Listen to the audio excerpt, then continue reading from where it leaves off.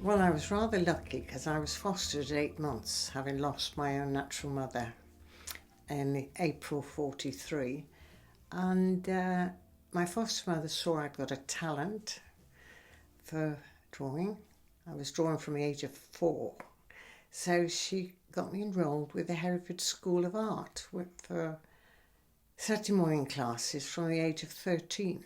And so it was a natural thing that by the time I came to school leaving age, which in those days was 15, I went directly to the art college. I didn't know anybody to start with, but there were 1 or 2 people I picked out instantly. It was strange because I went straight away towards a girl to befriend, and her name was Lois Goldstein.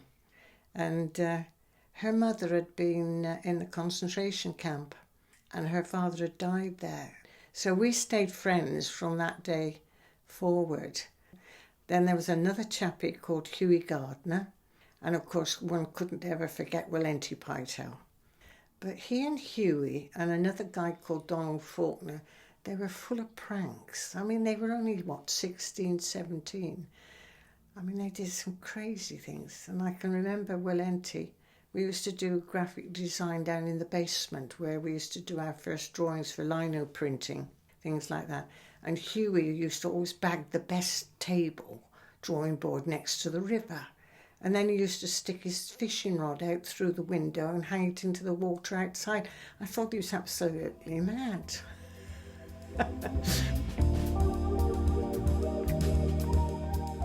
We had to supply our own paints, but you bought your own paper at this college or school, as it was then. And because we were always short of money, so Lois and I decided we'd go a bit entrepreneurial. So we used to creep off as early as we could in the morning to Marks and Spencer's, and we'd get the cakes. Swiss rolls were the speciality that were really out of date.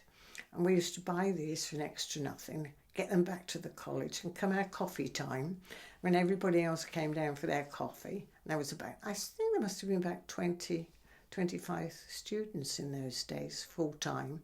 And then Lois and I used to carve up 1 Swiss roll into 6 slices. We used to sell those for 2 pennies each. And that, in turn, bought my paper for the week. And we used to divide the spoils up every Friday to see how much money we'd made.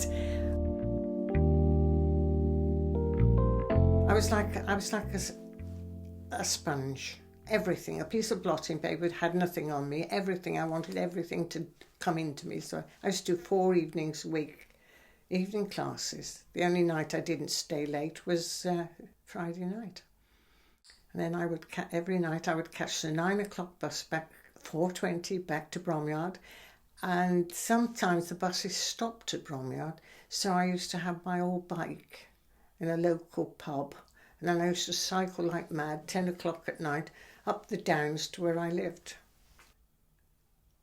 I didn't have the confidence a lot of the other students had, because I'd gone to a country school basically, and some of them had come from private schools and been to secondary modern school, which I hadn't. So it took me a while, but once I started to excel in my work, then people started then talking. I felt as though I'd become one of the group then.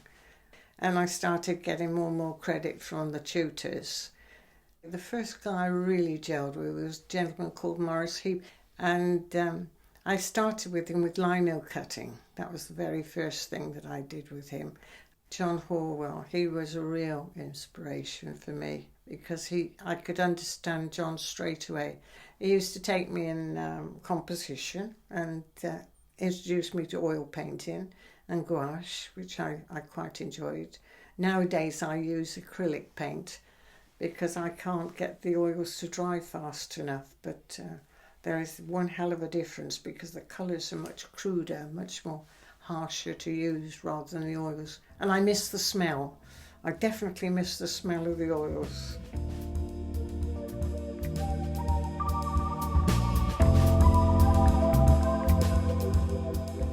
I always made certain I was available for rag days and of course arts balls. And those would give me a problem. The one in particular where they used to start at 8 o'clock, and then we would have another supper at 12 o'clock, and then it would finish, final curtain would come down at 3 o'clock in the morning. So what do you do at that time in the morning? So we all trudged into, well, I think about 11 or 12 of us trudged into town. And remember, this was just before breakup of Christmas.